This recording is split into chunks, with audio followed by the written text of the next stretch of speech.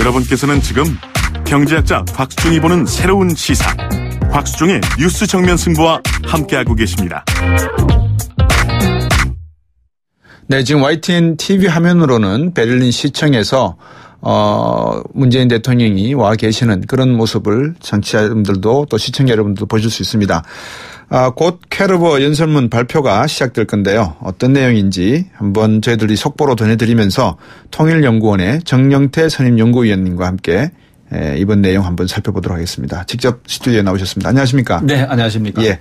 G20 정상회의의 관전 포인트를 몇 가지 크게 좀 짚어주신다면 어떤 내용일까요? 물론 그 G20 정상회담 자체는 경제적인 문제라든가 네. 이런 데 이제 본래 초점이 간다. 그렇죠. 그런 것은 일반적인 판단이고요. 예.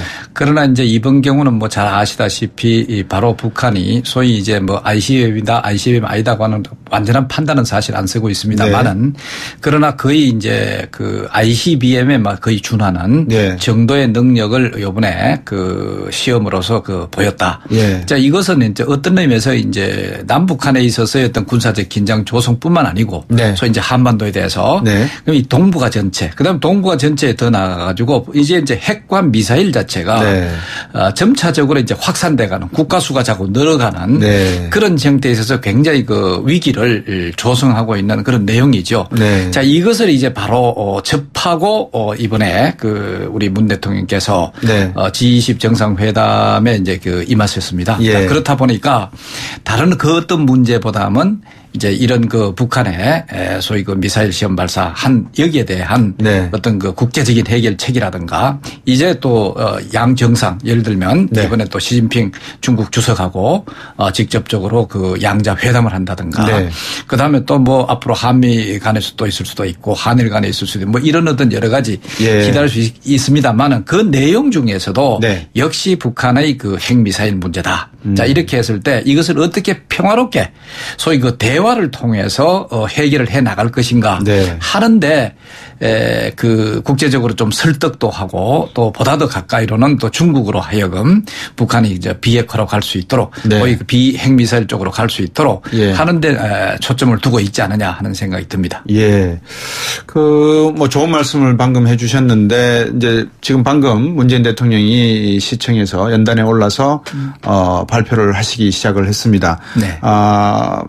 내용이 이 냉전 시기에 능동적인 외교로 통일을 주도한 독일에 대한 어떤 그런 감회도 말씀을 하셨는데 이 평화라고 하는 그 기조 네. 이거는 북한이 비록 미사일 실험은 했지만 평화 원칙 기조는 깨지는 않으시겠죠?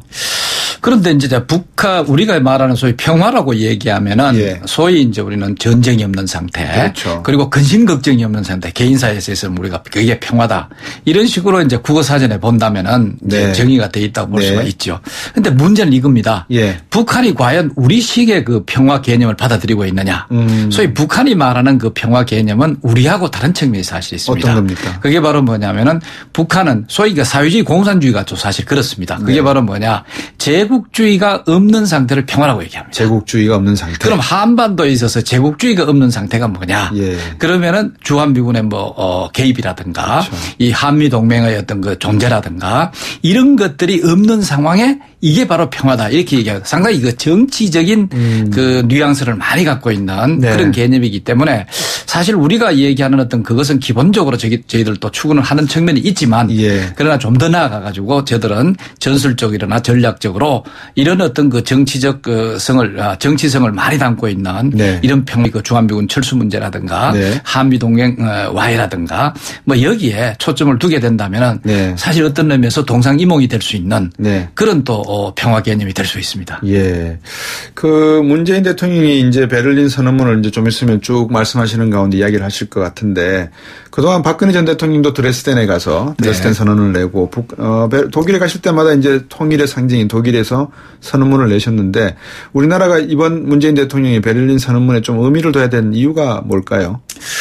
지금 이제 박근혜 대통령 시절에 있어서는 사실상 이제 핵 미사일 문제 때문에 네. 결국은 그 대화를 그 지속하겠다고 하는 그런 그 언명이라든가 네. 이런 것을 지키지 못했어요.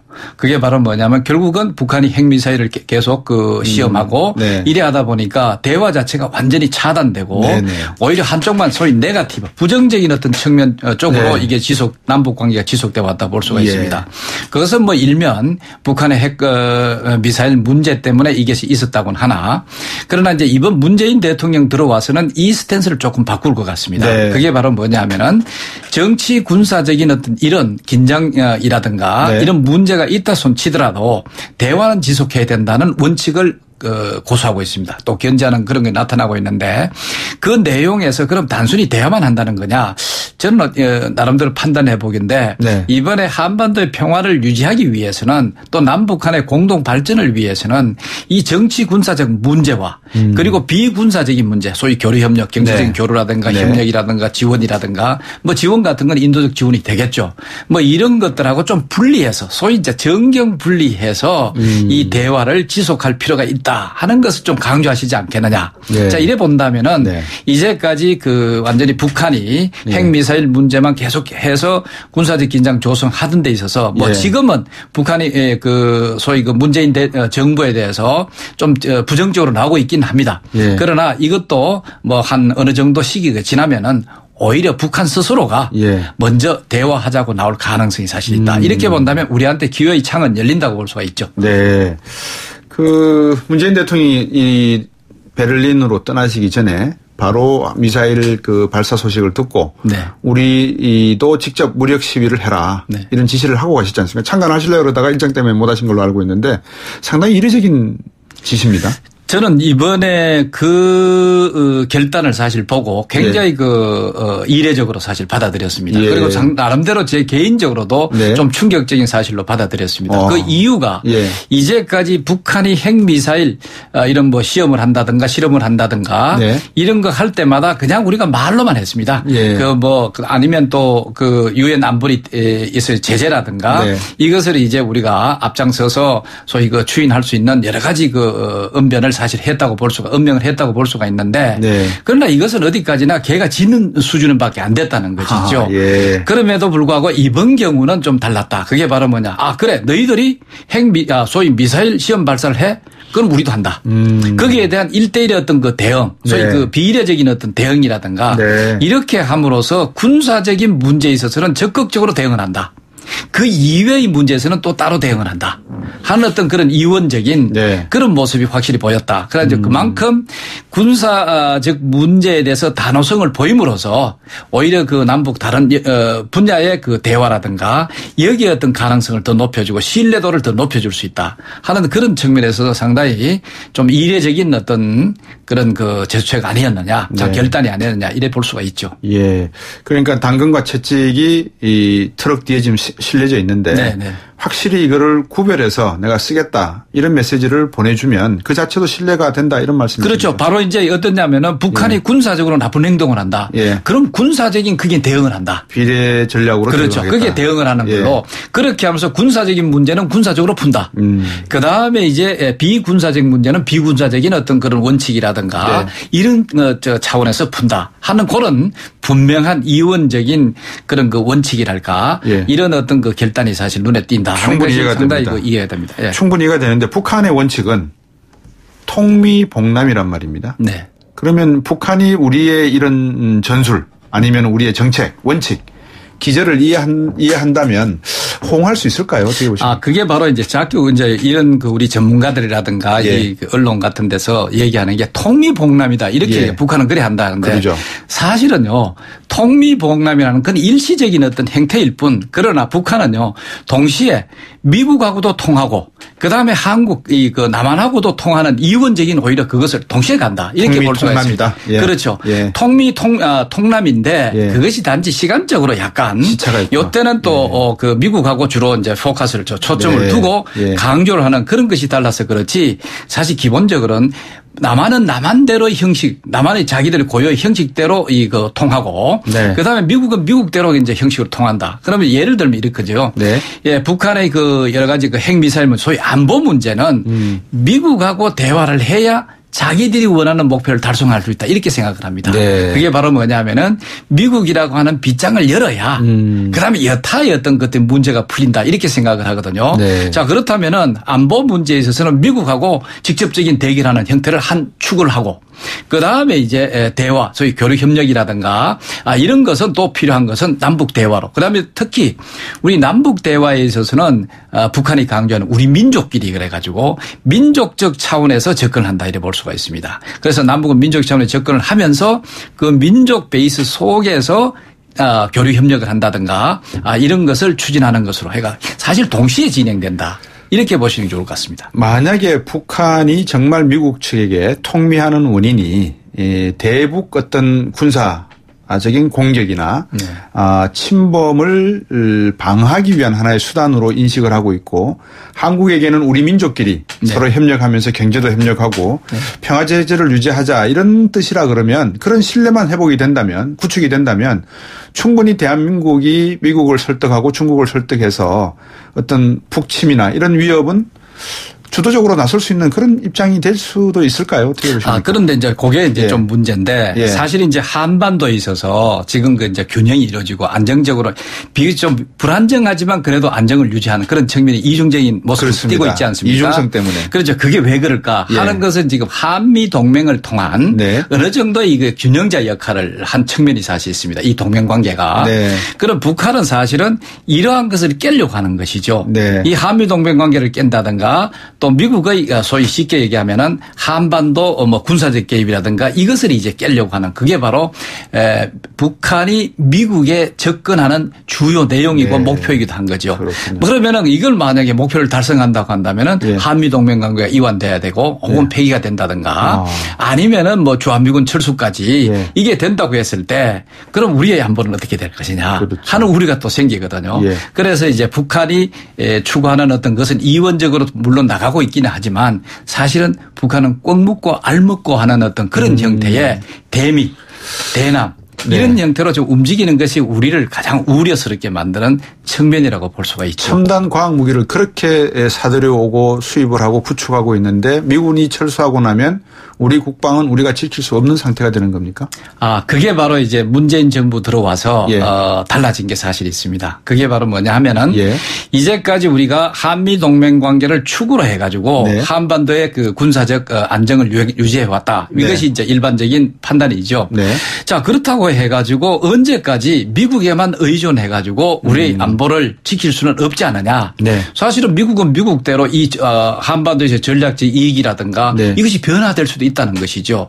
그럼 언제라도 나갈 수 있다는 어떤 그런 측면도 사실 있다는 것입니다. 자, 이것을 위해서라도 우리가 이 한미 군사적 안정을 하는데 우리의 역할을 우리의 어떤 그 참여 범위를 점점 더 넓혀야 되겠다. 이래 가지고 이번에도 그 강조하신 그 내용 중에 하나가 뭐가 있냐면은 특히 그 한미 정상회담에서 그건 정상회담 성명문에 나와 있는 얘기인데요. 국방 개혁을 통해서 우리 한국의 군사 국방력을 강화하도록 하겠다 하는 내용이 사실 들어가 있습니다. 이게 바로 뭐냐면은 우리의 자강력을 높이겠다. 그럼 우리의 포션을 넓히겠다. 보다 더 그렇게 이것을 통해 가지고 점차적으로 우리가 한미 안보 동맹 이 내에 속에서 우리의 역할을 자꾸 계속 키움으로써 소위 플러스 알파를 계속 키움으로써 언젠가는 우리 스스로도 이 안보를 튼튼하게 지켜낼 수 있는 쪽으로 가야 되지 않느냐 하는 게 바로 이제 방금 얘기한 그 질문의 답변이 될 수 있을 것 같아요. 박정희 대통령이 70년대 중반부터 외쳤던 자주국방 내용과 어떻게 다른지는 모르겠습니다만은 지금 청취자 여러분들과 그리고 또 말씀을 나누는 가운데 우리 문재인 대통령이 현지에서 시청에서 이야기한 내용을 여러분에게 요약해서 한번 말씀을 드리겠습니다. 정영태 통일연구원 선임연구위원과 나중에 이 말씀을 읽어드리고 또 의견을 한번 나눠보겠습니다. 지금 주신 말씀은 대한민국 새 정부는 한반도 평화 구상에 대해서 다음과 같이 생각을 하고 있다라는 말씀입니다. 북핵은 한반도가 직면한 가장 큰 도전이다. 이틀 전에 있었던 북한의 미사일 도발은 매우 실망스럽고 대단히 잘못된 선택이라서 우리 정부는 깊은 유감을 느끼고 있다. 두 번째, 북한의 이번 무모한 선택은 국제사회의 응징을 자초했다. 돌아올 수 없는 다리를 건너지 않기를 바란다. 레드라인 이야기를 하시는 것 같습니다. 핵과 미사일 개발을 포기하고 국제사회와 협력할 수 있는 길을 찾아야 한다. 그리고 한반도 비핵화는 한반도 평화의 절대적 조건이자 북한 안전을 오히려 보장하는 길이다. 셋째, 한반도 평화 프로세스 재시작할 수 있는 기본 여건은 마련되었다. 네 번째, 한미 양국 평화적 방식으로 비핵화 방향에 합의를 하고 있다. 북한의 적대시 정책을 갖고 있지 않으니 걱정하지 마라. 이걸 천명하셨고요. 다섯 번째, 트럼프 대통령이 한반도 평화통일 환경 조성에 대해서 대한민국의 주도적 역할과 남북대화 재개 구성에 지지를 표명했다. 여섯 번째, 우리 정부 정책 방향은 첫째, 우리 정부가 추구하는 것은 오직 평화다. 북한의 붕괴와 어떤 형태의 흡수 통일과 인위적 통일을 바라지 않는다. 이 내용은 방금 우리 정영태 연구위원께 제가 질문을 드렸고 또 하신 말씀과 일치하는 것 같습니다. 두 번째는 북한 체제 안전 보장하는 한반도 비핵화 추구. 이 북한 체제가 안전 보장을 위해서 무리한 핵 무장은 하지 말아달라라는 말씀인 것 같고요. 세 번째, 항구적 평화 체제를 구축해 나가겠다. 이런 말씀들을 지금 하고 계신 것 같습니다. 지금 우리 정영태 위원과 말씀 나눈 내용들이 다 들어가 있는 것 같아요. 그죠? 예. 어떻게 들으셨습니까? 저도 근데 이게 이제 아무리 특별서를 한다 손 치더라도 그렇죠. 기본적으로 그 정부가 갖고 있는 그 원칙이라든가 나름대로 그 판단들이 거기에서 벗어나질 사실 않거든요. 그래서 문재인 정부 들어가도 확실하게 강조하고 싶은 것은 아마 크게는 두 가지일 겁니다. 왜냐하면 하나는 평화. 소위 군사적 긴장 조성을 이걸 어떻게 하더라도 이게 평화 구조로 바꿔야겠다.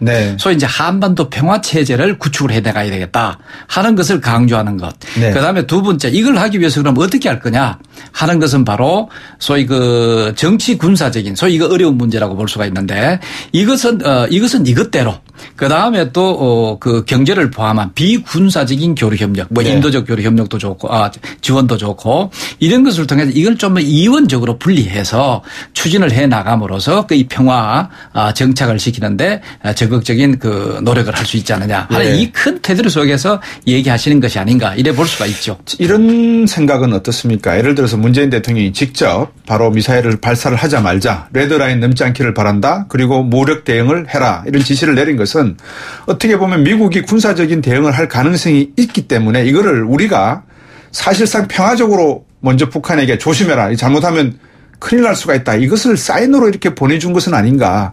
여기에 대해서 중국은 어떤 반응을 느낄 수 있을까 한번 간단하게 짚어주시겠습니까? 상당히 그 민감한 그 판단일 것 같습니다요. 지금 이제 소위 이제 트럼프 정부가 북한을 그 군사적으로 응징하는 어떤 그런 것을 상당히 그 많이 결심한 것이 아닌가. 이것을 의식해서 지금 이번에 우리가 선제적으로 그 군사적 대응을 했다. 소위 이제 우리 미사일 시험 발사를 했다 하는 데 그건 조금 많이 나가는 측면이 있지 않느냐. 뭐 그 정도로까지 우려하실 필요는 사실 없는 것 같아요. 그렇군요. 왜 그러냐면은 트럼프 정부가 특히 트럼프 대통령이 이런 얘기를 했습니다. 단호한 대응을 하겠다. 했지만 그러나 그것을 반드시 한다고는 볼 수 없다. 이래 상당히 그 소위 그 협상가다운 이중적인 뉘앙스를 사실 갖고 있는 거예요. 사실 그거와 별개로 그러나 이제 우리가 문재인 대통령이 이번에 G20 정상회담에 그 참가하기 이전에 떠나시기 이전에 소위 그 미사일 시험 발사 북한이 했으니까 ICBM 발사를 했으니까 그럼 우리도 그게 시험 발사와 같은 소위 훈련과 같은 그것으로서 대응을 함으로써 너희들이 만약에 군사적으로 운들이면 우린 충분하게 그런 능력도 있고 하니까 섣불리 하지 마라 하는 어떤 그런 응징적인 어떤 차원의 그 행태가 아닌가 이래 볼 수가 있죠. 오늘 정면 인터뷰 네 번째 시간 문재인 대통령이 베를린 현지에서 하시고 계시는 베를린 선언 내용을 우리 정영태 통일연구원 선임연구위원과 말씀 나눠봤습니다. 오늘 감사합니다. 네, 감사합니다.